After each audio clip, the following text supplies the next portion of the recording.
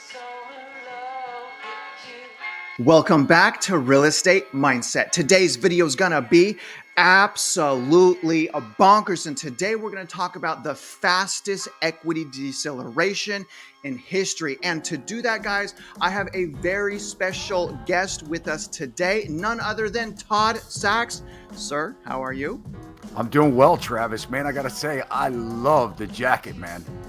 Do you love this jacket, dude? I made Melissa send this to me, dude. I love this jacket. I told you guys that. Yeah, they're popular around here, man. They're pretty comfy, huh?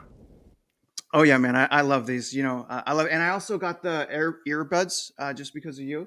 Oh yeah. So, oh yeah, Hey, man, look, Iron let me Shark. ask you, man. In Texas, I know it's boiling hot in the summer. Are you Yeah, guys going like through some kind of a winter cold spell or something? It's getting to be like 85 degrees or what? I mean, it's thank yes, thank God, man, thank God, because I love fishing a lot, land-based shark fishing. So, when I go land-based shark fishing, dude, I lose about 5 pounds per trip. I mean, it's so hot out there, and I stay out for 2 days straight in the sun. So it is a nice cold front coming in. But regardless, brother, I really appreciate you being here. And guys, we're gonna jump into why we're having the fastest equity deceleration in history. We really feel like it's important that you guys stay ahead of unaffordability. You guys stay ahead of the housing market. So Todd has come on and he's going to answer a few questions that we have to him. But before I do that, guys, do me a favor, like this video, subscribe if you haven't, and shoot me a comment below. And after you're done doing that, go to Todd's page right here. This is on YouTube, guys. It's Zach's Realty. Go here. I love this man. Him and Melissa do some really, really valuable videos, and they also do a Tuesday night podcast that I absolutely love. So you guys go check that out. Now, Todd, sir, before we begin, I want to pull up some slideshows, but before we begin, do you have anything you want to say? Yeah, Travis, I appreciate the shout out, man. I always enjoy our conversations together. I'm looking forward to it. Let's dive in. All right, so what I want to do is I want to show our viewers kind of where we're at. So, sit tight with me a second here so I can show them this real quick, Todd. So what I want to start is, essentially CoreLogic has already declared that the U.S. housing market had the fastest home price deceleration on record in July. So this is happening rather quickly, guys. Not only that, we also have a Zillow printout right here. This is month over month price and value decline. And as you can see here, a lot of cities are now piling onto this list. The biggest decline coming from Phoenix, then Los Angeles, New Orleans, Riverside, and then Austin. Not only that, Todd, we also have several metro areas that are experiencing year over year price decline. San Francisco, Oakland, Buffalo, Honolulu, New Orleans, and also San Jose is in there. It's out of the list right now, though, but San Jose is also in this list. But Todd, not only that, Austin right now, Austin is down from peak 17%. So 17% from peak. So whoever bought recently, man, they're already underwater heavily in Austin. Here's Vegas. Vegas is down 7.6% from peak. Here's Boise. Boise's down 10%. Here's Phoenix. Phoenix is down 7.4% from peak. And the crazy thing, Todd, is we've only just begun, man. I tell a lot of people this isn't even pricing in the recession. This data is lagging behind the 7% interest rates. I mean, there's so much, man, that hasn't happened. Not to mention, we are going into seasonal months where normally price goes down. So I see a lot of this, spiraling out of control after midterms, but I want to get your take on everything, Todd, because I really respect your opinion. I really love everything about what you guys are doing. So my first question is, sir, okay, and I know you don't have a crystal ball. Okay. We all know that, brother, but we value your insights. Okay. So first question, what do you see happening moving forward?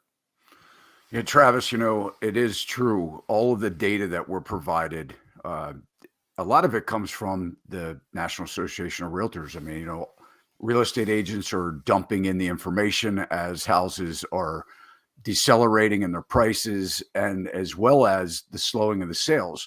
So we're always looking at closed inventory or, sold inventory that really took place, went under contract like 3 or 4 weeks ago, sort of at the very soonest. I mean, sometimes it's even longer than that if there were, other circumstances such as, them needing to sell their house or, find another place to buy or what have you, depending on whether it's the buyer's or seller's delay.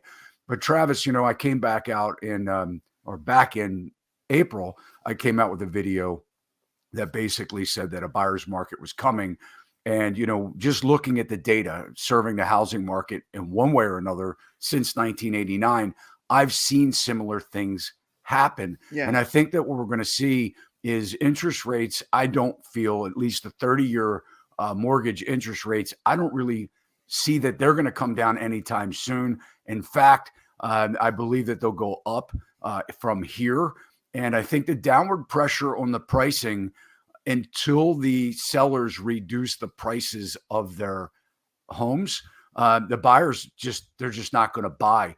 And, Yeah. we all know that price is everything in real estate. Everything does sell, but at what price? And it's the price that someone's willing to pay. So we are seeing where sellers are actually, taking down the sale price, reducing the price, and it's still not enough to spark the buyers to pull the trigger. Yeah, I mean, people are afraid, Todd. I mean, if there's a recession, if there's layoffs, people are going to be worried about putting food on their table, not about buying a house. So let me ask you. So, obviously, yes, I agree with you. The interest rates, they're going to keep going up. Jerome Powell has said that. Obviously, it's going to make things even more unaffordable, and there's going to be, a point where the values of houses has to go down a certain point to basically offset the interest rates. And I think we're far from that. So let me ask Todd, in that same line of questioning, what do you think rates will actually get to? And I know that's really hard because we're missing so much data. It depends on inflation, all this other stuff, but where do you see them going? Travis, as being in the mortgage industry, I mean, over the last couple decades, I think 7.7% has kind of been an average.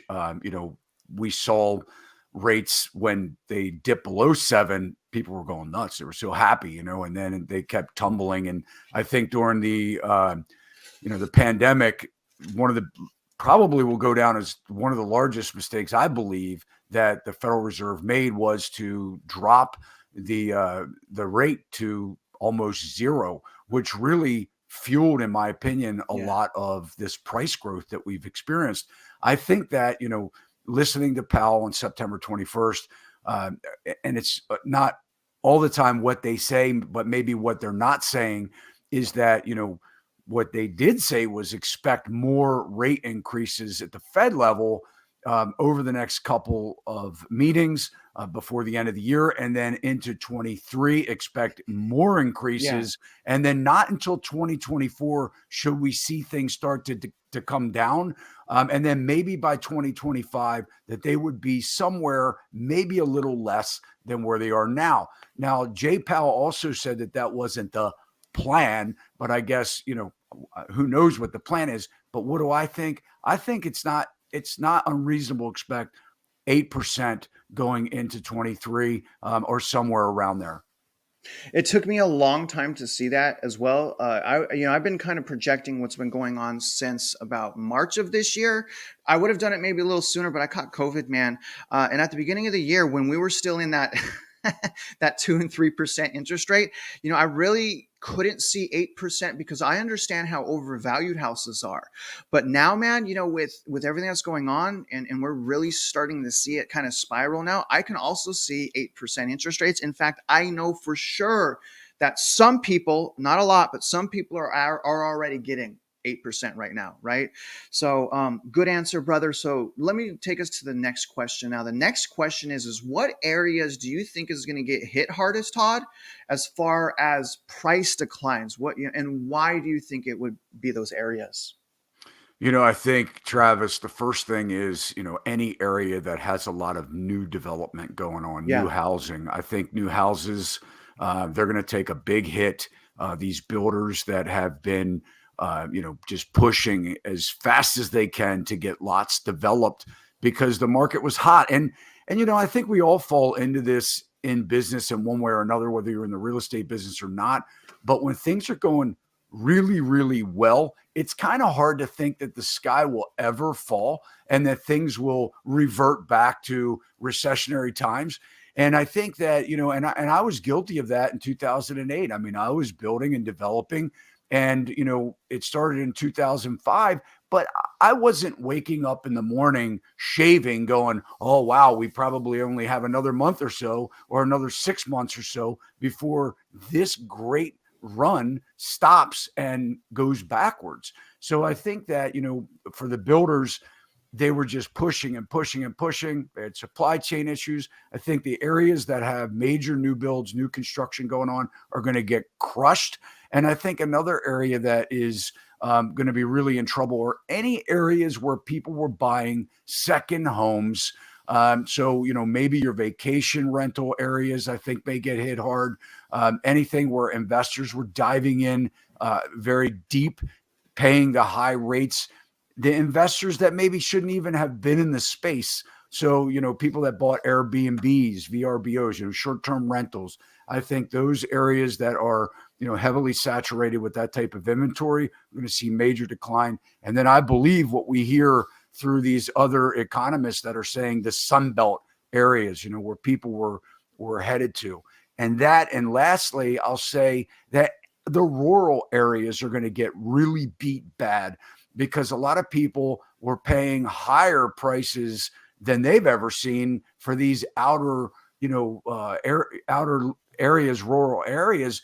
And they were doing that because they could work remotely. And now a lot of jobs are calling people back to work, back in the offices. They're not going to see or be able to get even close to what they bought for, I believe, in these rural areas.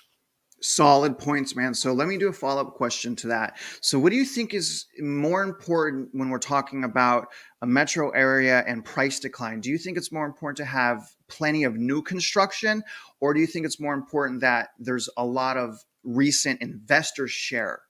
What do you think is a more important factor? We need affordable housing, Travis. I mean, however we need to get to that. We have a lot of people that want to own a home and they can't. Their affordability is just completely out of reach. They were sitting on the sidelines, 2 years ago. They were sitting on the sidelines as prices were going up because they couldn't compete with cash. They couldn't compete with, the over appraised value, right? The cash, or giving up their inspection rights. I mean, they didn't have money. They barely had enough money for down payments, let alone what if something broke. So they were waiting on the sidelines. And then, they're kind of hopeful. Okay, here we go. Interest rates are going up. The prices are softening, but they still can't afford them because now the downward pressure just isn't enough yet for the buyers to buy. So I think we have a housing crisis issue as far as affordability. I think that what's going to happen is investors are going to jump into this landscape even hotter and heavier than they ever have before because they have the cash. These institutional investors have cash. They don't need to worry about 7.5 or 8% mortgage rates, and the pressure's going down on the seller. So, but to answer the question, what do I think is more important? I don't think we need a whole lot of new construction that is built at this point that's going to either sit vacant or get gobbled up and turn these homeowner association communities into investment communities. I think that the HOAs, homeowner associations, are going to push back on turning these houses into rentals. They already are with Airbnb. They don't want them. So I think, what we need is affordable housing. We need to pierce through this red tape that if we are going to develop new houses, that they need to be something that buyers can afford. Well, I don't know if that's a correct answer, no, I mean, Travis, to your question. Yeah. You're going straight to the point, Todd. I mean, the reality is that the biggest factor is the unaffordability, man. I mean, the unaffordability has essentially turned off the housing market for so many Americans. But I think, essentially what you're saying is metro areas with heavy, investor share, they're going to be at risk. You got HOAs that may change HOA rules because of Airbnbs and neighborhood complaints. And you got all of these factors that we don't know because the shares of investors right now, it's through the roof. We haven't experienced this before. So solid answer, brother. Now, and Travis, and if I could just add to that, not to interrupt you, but the investors have been promising double-digit returns to a lot. And look, we're not financial advisors, right? But, investors have been promising, a lot of these institutional investors have been, if not promising, they've been hopeful for double digit returns, right, to their investors. affordability is affordability. Yeah. That goes along with the rental affordability as well. So, if what we're going to see here is if investors are going to think that they're going to buy a house and turn it into a rental and that they're just going to get the rents, because I think what we're going to see is more people moving into these rentals, and then they're going to default because they can't afford it. They may hope that they can afford it, and then they're going to find out what it's like to evict people in today's world, and they're going to get stomped on pretty. I mean, they're going to get beat, right? I mean, how long can you pay the mortgage payment when you're not collecting rents? So, the affordability has to be there on every aspect of housing. Yeah, for the investors as well. I think we're going to see it, man. I mean, good point. I mean, I looked at an article the other day on the amount of people that were behind on their rent. It's shocking, Todd. Absolutely shocking. And I know you cover a lot of that. So good answer, sir. That's why I absolutely love you. You're way smarter than me, Todd. You make me look good, brother. So I want you to keep smart guy, buddy. Look, that's why I have this axe. Don't I look better with this? Case in point. All right. You do look better with that shirt on, I gotta say. I feel better with this shirt on, brother. So last question, man. So obviously, we're seeing radical declines, right? Mortgage applications are down like 30, I think it's either 37 or 39%. Demand's down, I believe, like 26%. Tours in the 30%. I mean, the promptness of all of this crumbling apart is breathtaking, right? So it's breaking fundamentals, it's breaking records. So Todd, I still get people a little bit wacko that they make these comments, and they still say, Travis, you're a lunatic. This is all seasonal. Come April, house values are going to go up. You're crazy. You're fooling people. You're just trying to make videos and blah, blah, blah, blah, blah. So what do you say to people, Todd, that still are playing that whole narrative that it's just normal? This is just seasonal. Buy now or it's going to be too late. What do you say to them? I think that,